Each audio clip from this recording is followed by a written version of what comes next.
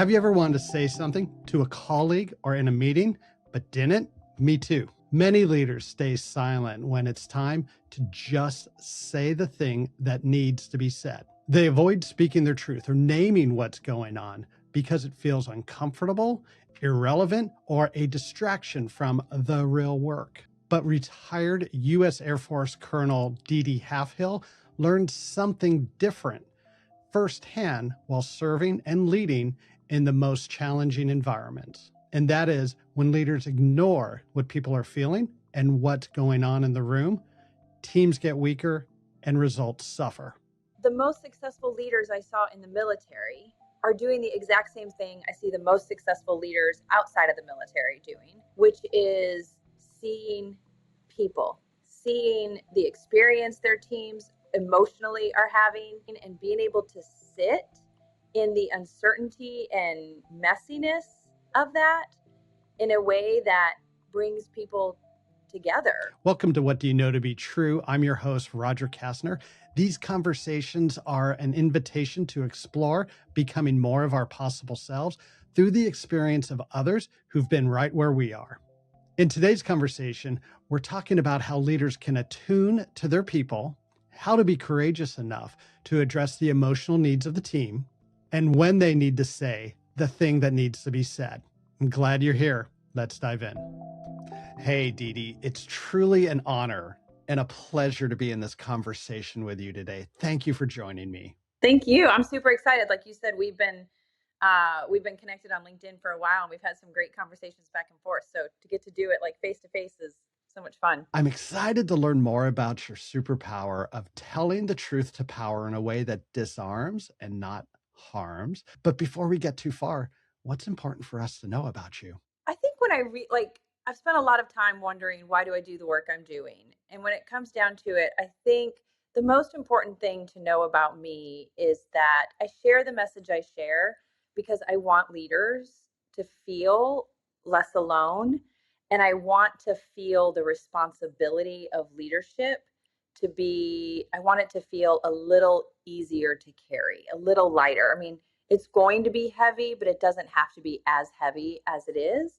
Going through all the things you have to go through when you leave a career of 25 years. I spent 25 years in the United States Air Force. Moving into something new, what inspires me every day is the ability to help leaders navigate the big challenges they're facing. So I think that's the most important thing, that I do this because I want leading to be fun. And I want more people to want to do it. Was there a time where you learned that lesson, when you learned that truth, that you wanted to help other leaders be better at what they do and ultimately have fun doing it, that it can be fun, that it can be rewarding? Is that a surprise? Actually, I've seen it be both miserable and fun. And yes, there's a very distinct moment. I was deployed to Iraq in 2010.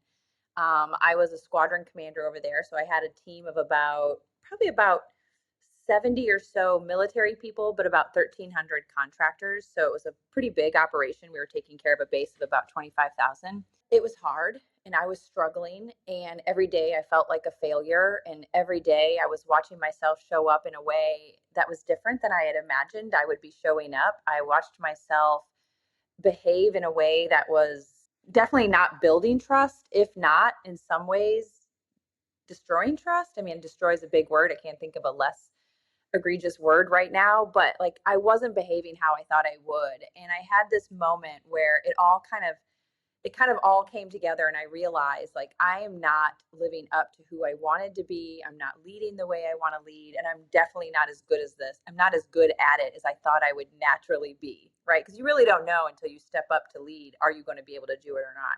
I went into my trailer and I was pretty upset because I had always envisioned I would be so much better at this, and I was really grappling with the realization that I wasn't. I called a friend of mine and I was quite upset, and I was crying because it was a hard moment for me. And he picks up the phone and all he hears is me crying. And remember, I'm in Iraq. He's not. And he picks up the phone to hear me crying, and he immediately thinks something's wrong. Oh my gosh, what's wrong? What happened? Are you okay? And I'm having such a hard time that I'm not even really able to communicate at that point, right? I'm doing the whole, this is horrible, He finally calms me down and he asks me what's going on. I tell him and he kind of laughs, which at first pissed me off, but he kind of laughs and he goes, DeDe, we all feel like we're failing. Like we all have moments where we realize, man, this isn't working out like I thought it would, or man, that's not a skill I naturally possess and I thought I did, and man, I might be worse at this than I'd ever told myself I might be, you know. And he says we all feel like we're failing. We all feel like we're not measuring up. And I remember hearing that, and the very first thing I said is, well, why doesn't anybody ever say that?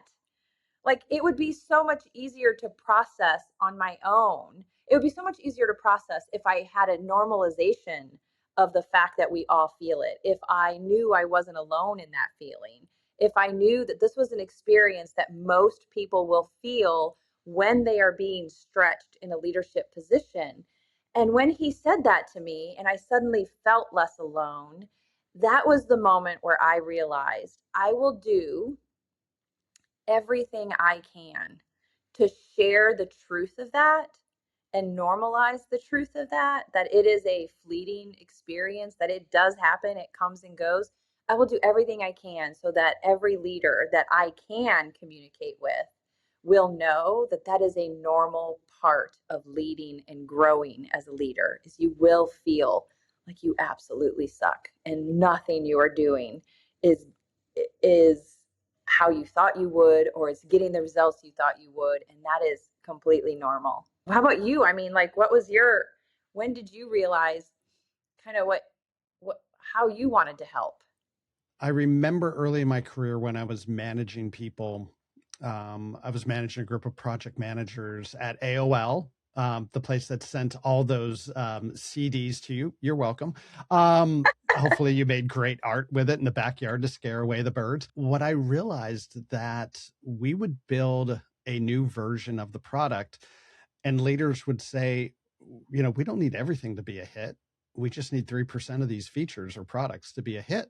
And then people will continue to subscribe. That made me think about the 97% of the effort that we were putting into that version was deemed throwaway, non-valuable. And I thought about these people showing up 40, 50, 60 hours a week to work, and they could be working on something that was a complete crapshoot. And when it turned out to be more crap than gold, like, okay, 9 months of your life and the sacrifices you made to work on this product, nights and weekends, yeah, doesn't matter. Like, we tried. Oh, well.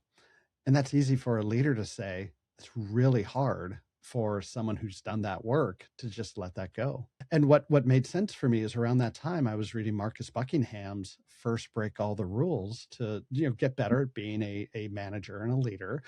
And in that book, Buckingham talks about some research from Gallup, where he came from, that said that people only 20% of people get to use their strengths, that combination of what they're good at and they're passionate about.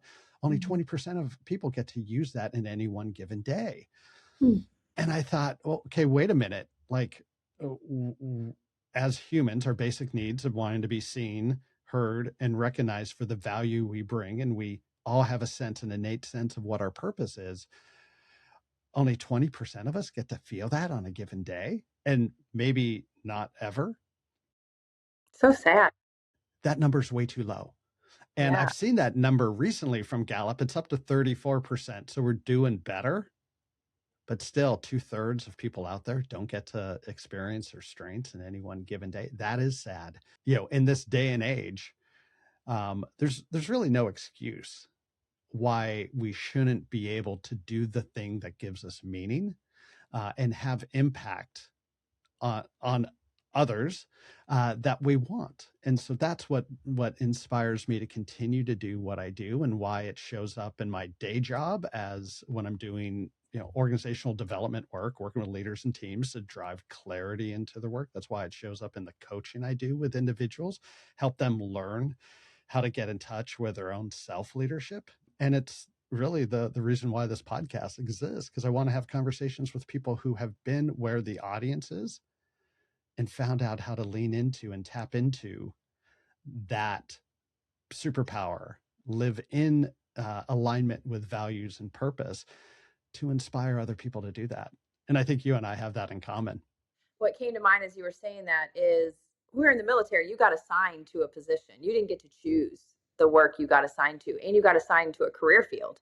I was a junior in college and I was told you're going to be a public affairs officer. And I was for 25 years. I didn't really get to choose that. I got to put it in my wish list, but fortunately for me, it was the right path. But finding a way to navigate the work you have to do to make a living in a way that you can do it that still brings who you are and what you care about and the gifts you have, like that is the magic, is finding a way to do the work that sustains you in a way that fulfills you. And I think there's a reason why people choose the careers they do, why they choose the companies that they do, that there's that potential. And yet something happens along the way where that spark just gets turned down gradually, and then suddenly it's gone. And I don't think we necessarily have to change careers. I don't think we necessarily have to change jobs to let our superpower show up, to let our purpose be lived into.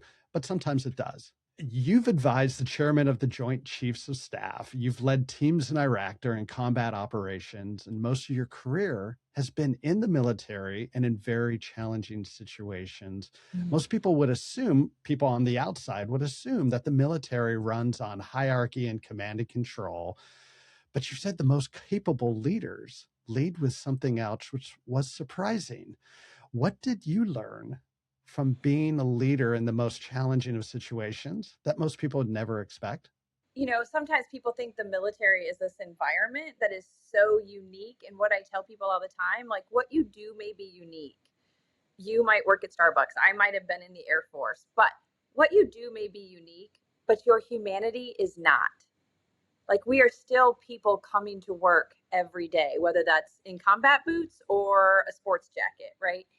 And so I think what I'm going to tell you, it probably won't surprise you, is that the most successful leaders I saw in the military are doing the exact same thing I see the most successful leaders outside of the military doing, which is seeing people, seeing the experience their teams emotionally are having, seeing where they are struggling, and being able to sit in the uncertainty and messiness of that in a way that brings people together. So I think the leaders who are the most successful, regardless of institution, regardless of profession, are those who can connect person to person, and they focus on that just as much as they focus on all of the other metrics we're meant to be tracking, whether that be production timelines, revenue, P&L, all the things, the systems you track. Leaders who can track the human system just the same are successful everywhere, in the military, outside of the military.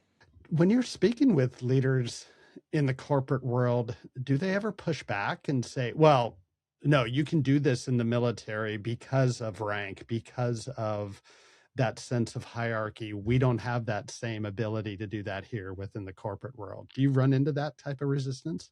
I'm curious, and I have an answer, but I'm curious. From someone on the civilian side, what is it about the military that you think might make that easier? In the corporate world, we talk about bring your true self, your authentic self to the workplace. Like, you can be you control your own career. There's this idea of you have all this agency, and then you get in there and you find out, like, oh no, there are some limits to this isn't free range. My understanding is there is a little bit of a is it rigidity, or is it more of a more structure? Living on base or being deployed, you're spending a lot more time with people.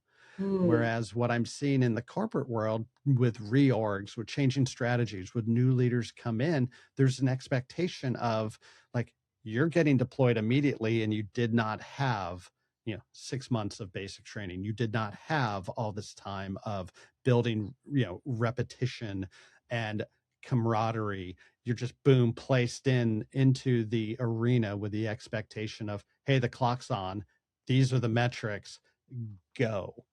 Brene Brown shared a story I shared with her in her 2018 Dare to Lead, right? And I think most people who've read Dare to Lead will say that it is a book that talks about the importance of understanding pretty deep emotions as a leader, whether that be vulnerability, whether that be shame, what are the real building blocks of building trust. What was funny is when I'm out talking to corporate environments about emotion and what is our responsibility as leaders to understand emotion. Like we talked a little bit earlier about emotional intelligence, but I really believe like we're moving into this space of emotional responsibility. It's not just intelligence. It is a responsibility of leaders to be able to navigate this space effectively.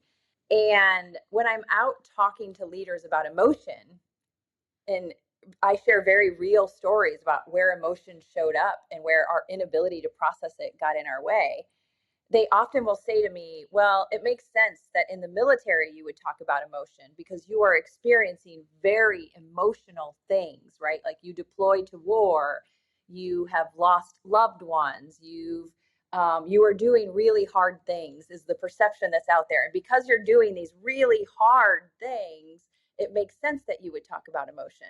So my civilian audiences sometimes dismiss it. Like I can see why that would work in the military. Then I go to a military organization, and this happened a lot when Dare to Lead came out. The Chief of Staff of the Air Force, I think, put it on the reading list, which meant it was one of the books recommended by the Chief of Staff of the Air Force for the entire force to read. And a lot of people, I would hear them talking about it, and they would say, well, that's great, but that doesn't work here because we do really hard things. And when you do really hard things, you don't have time for emotion. And I just find it so fascinating that outside of the military, they say you do hard things. So it makes sense that you talk about emotion. And then in the military, they say we do hard things. We don't have time to talk about emotion. And I laugh because I'm like, both audiences are dismissing it because of the discomfort. Yeah, that's for those people over there. That's for those people over there who have time to talk about feelings. And I have evidence now that proves, especially inside the military, that that is a false belief because the men who fought the most horrific war, who were the bravest among us, men from World War II, actually talked about the responsibility leaders have to understand emotion and very specific emotion. They talked about shame, they talked about grief, they talked about fear. And so this idea that it's not meant for me is a complete lie. As leaders, it's meant for all of us to understand our own, to understand others. So it's just, I always laugh at that because I get it from both sides. Like, that won't work here. We don't do that. And I'm like, where will it work? Yeah, and the inability to see that there is, emotions in both arenas, and that those emotions are impacting performance, relationships, results, and there are examples of leaders in both arenas that are doing it really well. Do you have an example of a leader you've seen who has done it really well? I was working with a leader recently who, came into a new position, was promoted into a pretty big position within a corporate environment. What we were working on was this idea of he has always held on to this principle of being warm and demanding.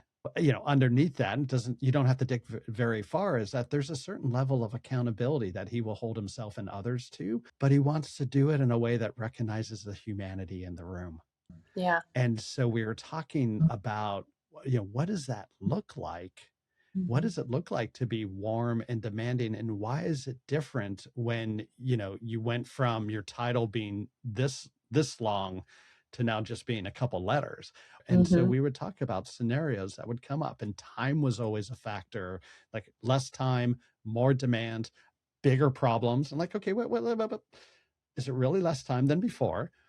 Are these really bigger problems than before? We found out there's a lot of assumptions going on, that there was less time than before, than that, the bigger impact. Like, no, those things weren't true.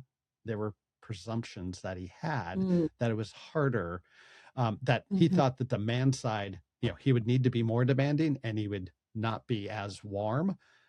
And it turned out that was a choice. I actually have a theory about leaders specifically. I spent my whole career around mostly men. I was often the only woman in the leadership team or on the staff. And so I've had 25 years of observing leaders, mostly men, right? And I have a theory about the leaders I've encountered who are really, really good at tapping into their empathy and tapping into another person's struggle and being able to sit with another person in that struggle. My experience was the people who I saw who were exceptional at this, because I'm sure there are people who can tap into it, right? But the leaders I saw who were exceptional, like where they really stood out, I worked for several leaders who could tap into it in such a way that they would bring a room to tears. They were the leaders who, to this day, if I even hint about that leader on LinkedIn, and I do sometimes because he was very inspiring and was I consider him almost like a second dad. He was so good at it that it has inspired such a devotion and such a admiration. Maybe admiration is a better word. And his ability to inspire. And I've seen a couple leaders like that who just have it. And almost to a leader, it happened after going through. They changed how they showed up after going through something really hard. And it was almost this hard thing. And sometimes I say trauma, but I'll give you two examples. One of the leaders who I know who's such a gift at doing this was in Khobar Towers bombing. And that, I often say, broke him open in a way. And then the other gentleman I was just talking about, I talk about him all the time, so people know this story. But I worked for him when he was a colonel and I was a captain, and he was a good leader. I loved working for him. I had a lot of fun. He was fair. He was and he was brilliant. He was very good at the job. No complaints. I worked for him several times over the years because I just really enjoyed him, and he took good care of me. And then I worked for him again when he was a 4-star. Like I said, I worked for him several times. But by the time I worked for him when he was a 4-star, he had been deployed to Iraq. And while in Iraq, he was the base commander of the base that the primary hospital in Iraq was located, is Balad Air Base. And it was the hospital where if we could get you there within an hour of your injury, you had a 95% chance of surviving. And he would go to that hospital every couple days and talk to the men and women who were wounded. He would call their parents and talk to their parents and reassure them that we were doing everything we can to take care of their child or their loved one or their spouse.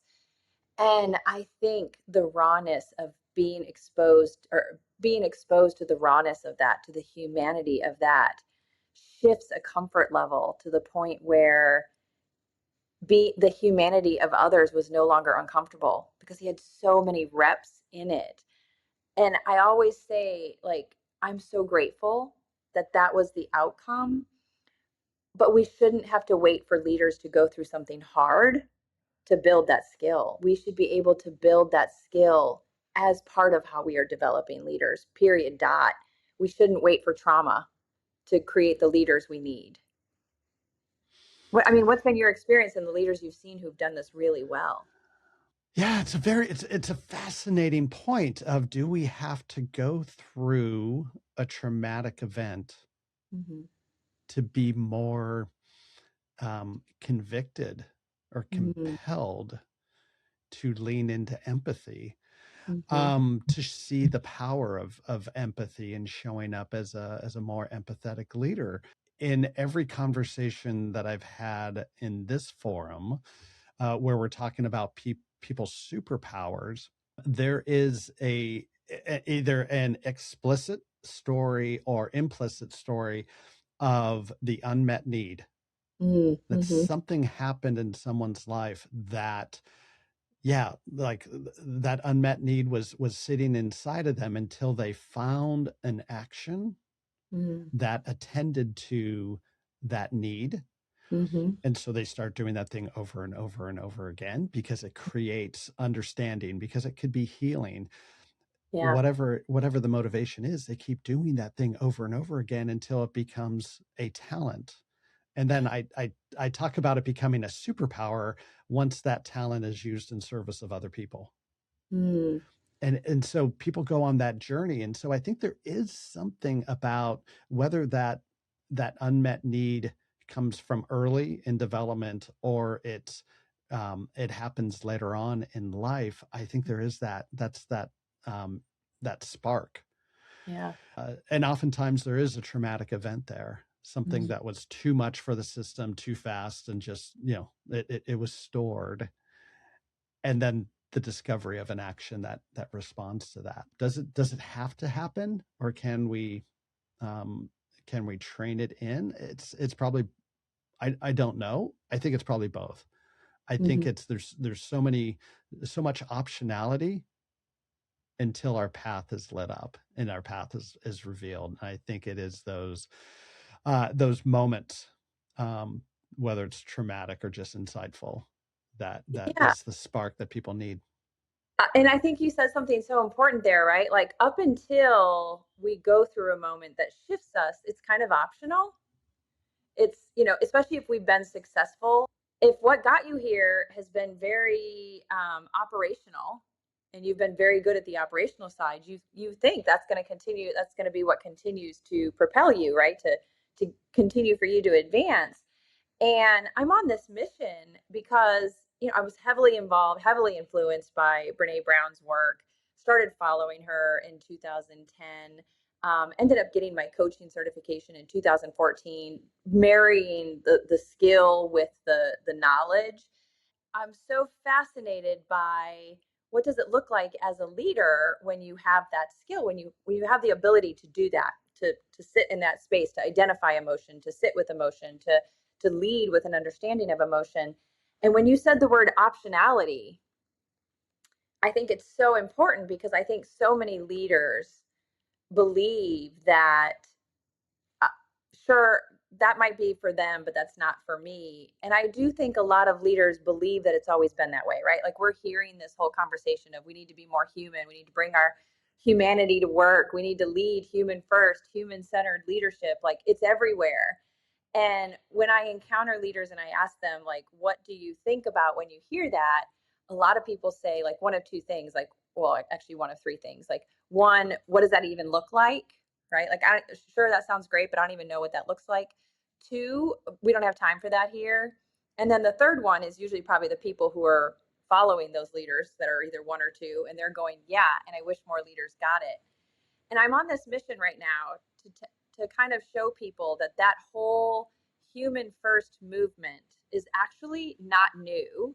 It's not a new age style leadership. It's actually taking us right back to what the men in 1948 World War II tried to tell us. It's actually something we had and we lost. We had and it was removed. And so we're kind of just now going back to what wisdom, real wisdom, leading in the hardest of spaces, tried to share with us. Like it was taken out. And so we're just kind of going back to what we knew, what we learned the hard way.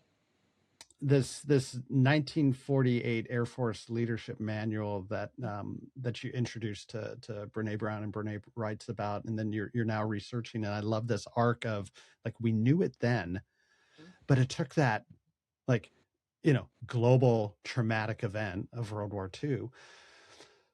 Fast forward 75 plus years, we're now coming out of a global traumatic event where, leading up to it, we had, epidemic levels of loneliness, isolation, depression, anxiety. And then we have the pandemic, which was an existential threat, which created separation. There's an element of, in aftermath of that, now we're hearing about AI. AI is going to come for all of our jobs, or AI is going to, be another tool that is going to do the transactional part of our jobs. And what's left is the more human skills. Mm-hmm. So it seems like there's an opportunity for us to lean into that humanity. And maybe we've had the traumatic experience that we've all shared, that we don't need to go looking for a new traumatic event. We just had it. We need to recognize it for what it is, and maybe that could be the inspiration added on to epidemic levels of mental health crises. And now, this idea of how we're going to deal with this game-changing technology. Maybe the Yeah. moment is now. Maybe we've had it, a shared experience, and there'll be more of an agreement and awareness and willingness to lean into being more of an empathetic leader. As I'm writing the book and I'm digging into this military manual and how differently the military manual talked about the inner experience, both of leading and being led. They talked about this inner experience so much more. And I'm digging into why did the manual change? How did it change? When did it change? And what I'm finding in the research is that the manual is really a reflection of also how society changed. And what you just said is what is actually like what the research is showing is that during the time of the manual, the 1948, like 1940s, right after World War II, the entire manual was written about what is the responsibility you have to the team? What is the responsibility you have to understand their inner experience, their inner world? And over time, we really shifted it to the leader's inner experience and inner world. And that's kind of where we've stayed in the whole self-help era, right? We've stayed in this space of how do I understand how I'm showing up? How do I understand my emotions, where I feel vulnerability, where I feel courage, so that I can lead? But that is distinctly different from how the men in the manual talked about leading. They did talk about the leader's inner experience, but I would say they talked more about the team's inner experience and understanding it. It's fascinating how much it's shifted and why. I can't remember the gentleman's name, U.S. Navy SEAL, who was talking to Michael Gervais on Finding Mastery, who was talking about team resilience.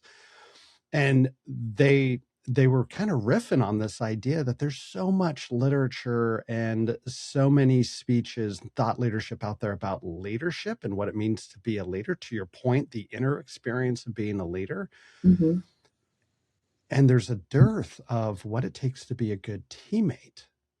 And yet leaders don't accomplish anything by themselves, right? And team members don't accomplish anything by themselves. It's in relationship with each other that wins and losses happen.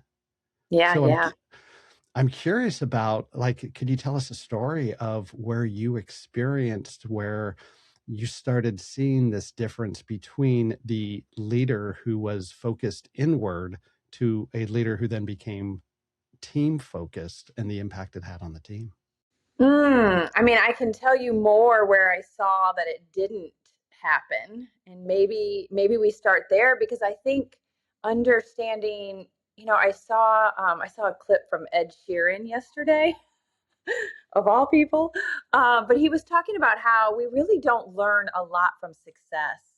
We learn so much more from failure, and yet we want to talk about success. We want to talk about where it worked, but we don't really want to talk about where it didn't.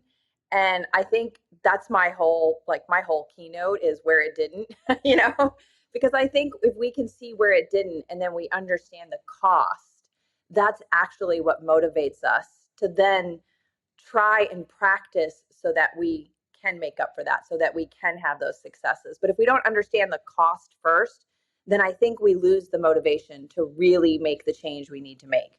And so one of the stories that's in this book I have coming out is about COVID. And I was in the Pentagon at the start of COVID, and I was working for the chairman of the Joint Chiefs. I was his communication advisor. So most of the Pentagon was shutting down. A very small percentage of the building was still coming to work every day. And because I was working for the chairman, my team and the rest of the chairman's staff were coming to work every day. And I was watching kind of all of this really odd behavior. And I was seeing things like people were making fun of people who were masking up. People were really frustrated about having to come into the building. I was seeing a lot of people push back about having to come into the building. I had members of my own staff who were upset that they couldn't wear yoga pants to the Pentagon because, well, when people get to work from home, they get to wear yoga pants. And I was just like, what is happening? Why are people acting so weird? I hate to use the word weird, but it was so different than I had seen. And I had this moment where I was so frustrated and I thought, what is going on? Like, we've been to war. I myself had deployed twice to Iraq. Almost everyone I was around had deployed numerous times to either Iraq or Afghanistan. Like, we'd gone into these hard places. We'd gone into places where there was a ton of uncertainty and we didn't know what was going to happen. And I remember saying to myself, like, what is going on? We've been at war for 20 years. We all have deployed, and I haven't seen people acting like this. And then it kind of hit me. And I thought, oh, when I deployed to Iraq, I was putting myself in harm's way. When I come into the building every day, I'm putting those I love in harm's way, because I had people who had parents who were navigating cancer. I had people on my team whose spouses were immunocompromised. I had people on my team whose child had asthma. I mean, they were going home to really uncertain about what their coming into the building was going to do to those they loved. And we had never experienced that before. When we deploy and we go off to Iraq or Afghanistan, we are accepting the risk we are taking, but we are certainly not putting those we love in that same risk, right? We're not putting them at the same risk. The chairman wanted to send a letter out to the entire joint staff, which would basically go out to everybody at the Pentagon, right? And I was talking to another senior leader on his team, kind of the individual that was corralling all of us advisors. You know, we had the congressional advisor. I was his media and public communication advisor. You had his internal joint staff director advisor, like, how is the internal team going to take this? And I said to this individual, we need to talk about how afraid people are. Like, when we're in this letter, we need to talk about the fear people are experiencing. And he looked at me and like immediately had this moment of disgust. And he goes, ugh, so effeminate. And I was like, effeminate? And it kind of threw me back for a second, where I was like, effeminate? Are you, I was in the military, so I was like, are you effing kidding me? I didn't say that, but that's what was going through my mind. And so he wouldn't do it. He wouldn't put it in the letter. Like, it was there was no discussion to be had. And I spent a lot of time sitting with that moment. And today, when I look back on that moment, I think, like, that is the problem we have, is that we think understanding the inner experience, especially if it's an emotion we're uncomfortable with, if it's an emotion we don't talk about a lot, it can feel really soft.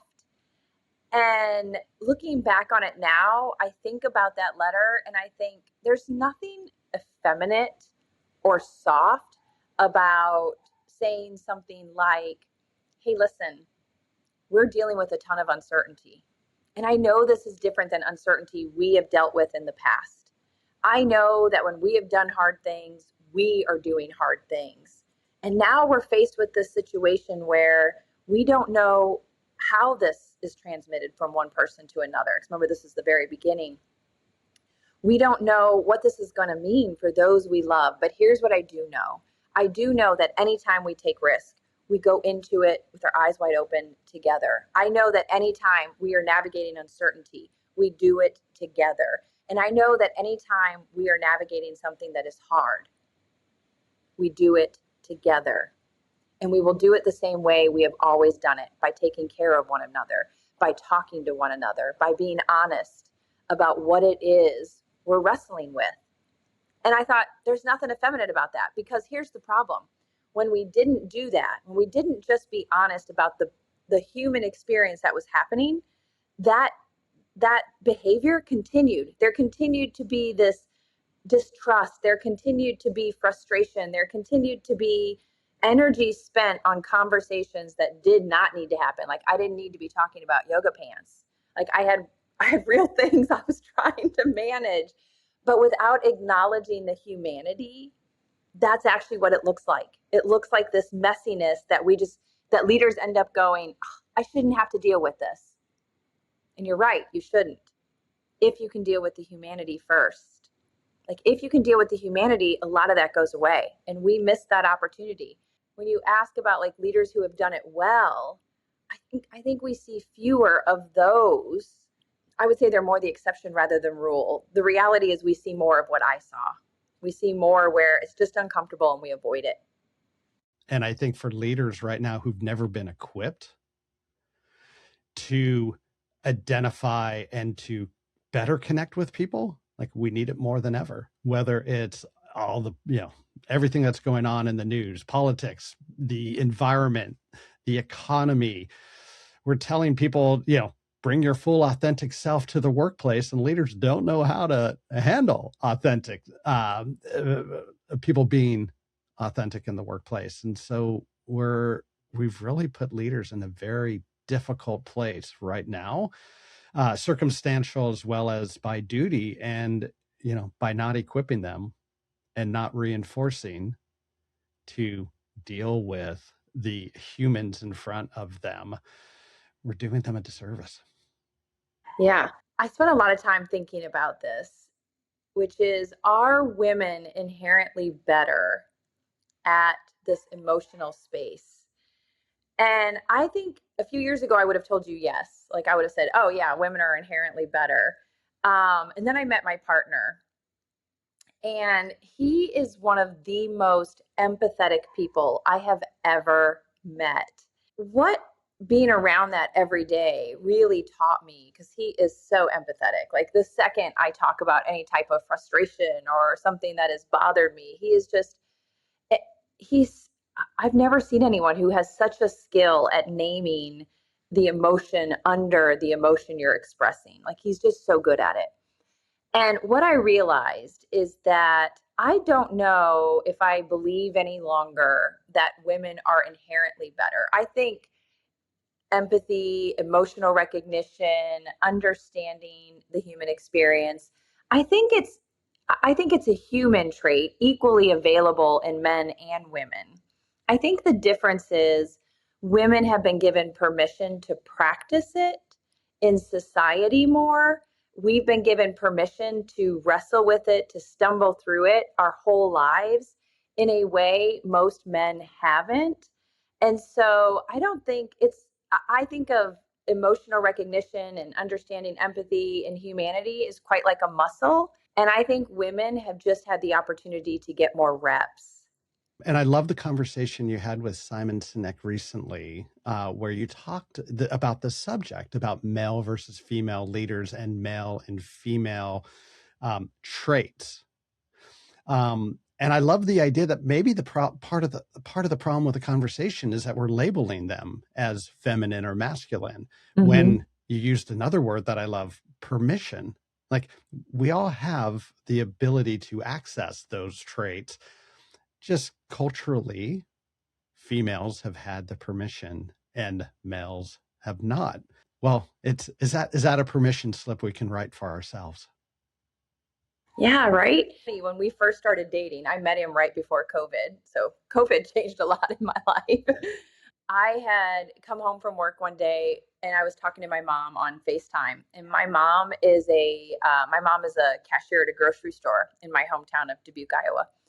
And she was telling me about being at work and this woman coming through her line, and this woman saying, oh my gosh, I have all these kids back in the house. I've got to cook 3 meals a day again. She's got a cart full of groceries. And she says, and sometimes it's just so overwhelming. And I'm like, and as she did that, remember, this is the start of COVID. As she did that, like spit flew out and landed on my mom. And my mom, that's where I get my sailor traits from. Like my mom is a sailor. And so she like immediately started cussing this woman out. You can imagine my mom's like 5'2", you know. You can imagine this little woman just cussing you out. And so she's telling me about this. Now, I come from a background in the military. I'm a fixer. Like I always joke around and say like Vanilla Ice, like you got a problem, yo, I'll solve it. You know, like I jump in to make things happen. And so I immediately start asking her, Mom, her manager and I went to high school together. And so I was like, Mom, have you talked to Mike about getting the plexiglass? Like, are you wearing your mask? Are you wearing sleeves? Like, has Mike gotten the plexiglass? Do I need to call Mike? I will call Mike. And my mom's like, I do not need you to call Mike, like chillax. And I start like scolding her on all these things she needs to do to protect herself. And she does what she always does when I was in colonel mode, which is okay. And she kind of like, you can tell, right? She's starting to shut me down. She's not really listening. She's appeasing me at this moment. And Stefan starts to come downstairs and I get super excited because I'd been single my whole life. So it was always 1v1, me versus my mom and her trying to convince her I'm right. And I suddenly now think, oh, I got backup because, she really likes Stefan. She trusts him. And so I now have reinforcements. And so Stefan comes down the stairs and I say, Mom, tell Stefan what happened. And so Stefan comes and he sits down and my mom starts telling him the whole story. And Stefan's listening. And when she finishes, he goes, oh, that must have been so hard. And I watch my mom just melt. And she goes, oh, it was. And I was like, are you kidding me? Like, you were supposed to be my backup and you're agreeing with her. And so, she, of course, like loves him. And like 2 weeks go by and I say something to her. I said, hey, I have some bad news. And she says right away, you didn't break up with Stefan, did you? And I'm like, no, Stefan is still here. Don't worry. I mean, we're together now. So he made it through. But I just watched, it was like that moment where I realized two things. Like, one, it is who he is. And while he has had practice to build it, it is who he is. It's in there. And he just had to do the work to bring it out. And two, that empathy, we talk so much about empathy with leaders. They think it's this deep enmeshment into another person's emotion. And I think they really wrestle with empathy versus accountability. And he showed me that that's not it at all. It was as simple as saying, oh, that must have been hard. And he saw that moment. And so it was such a shift for me on how easy empathy can be and what it looks like to practice it and how we can build it.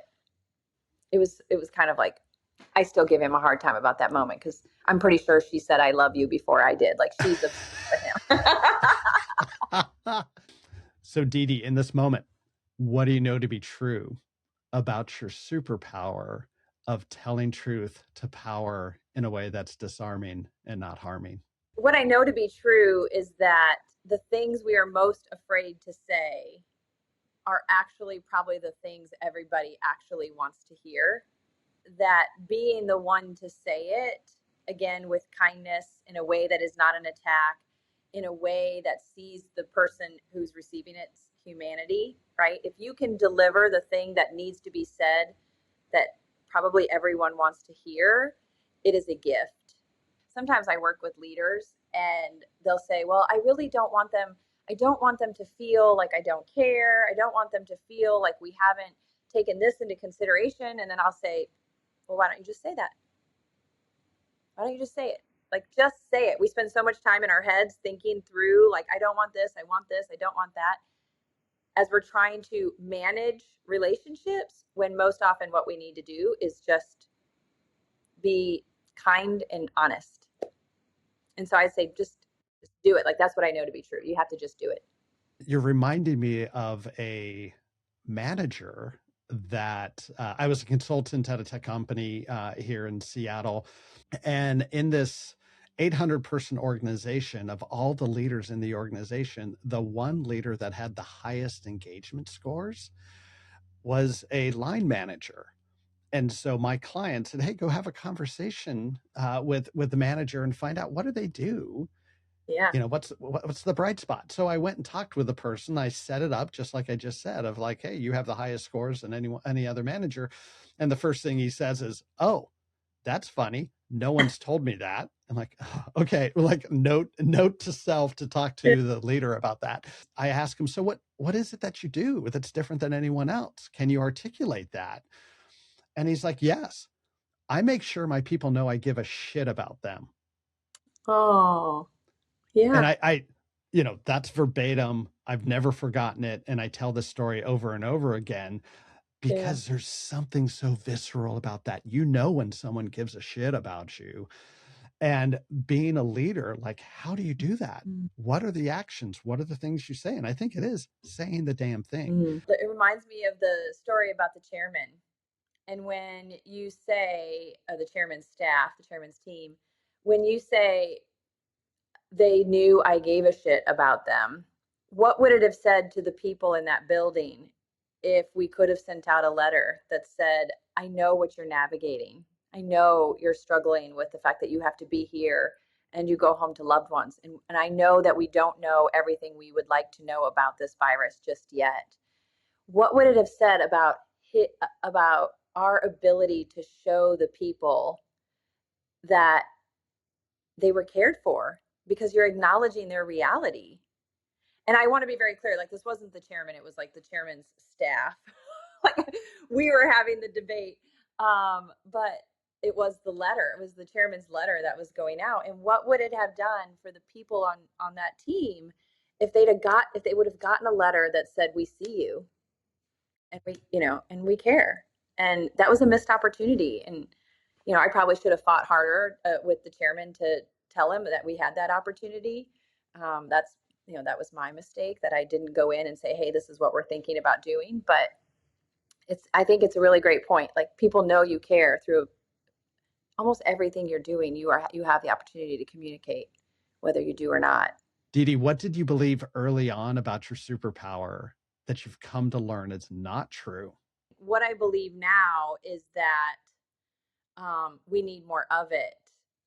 Whereas before, I believed what's not true now is that no one wants to hear it. Like, when I was a junior officer, I really kept quiet.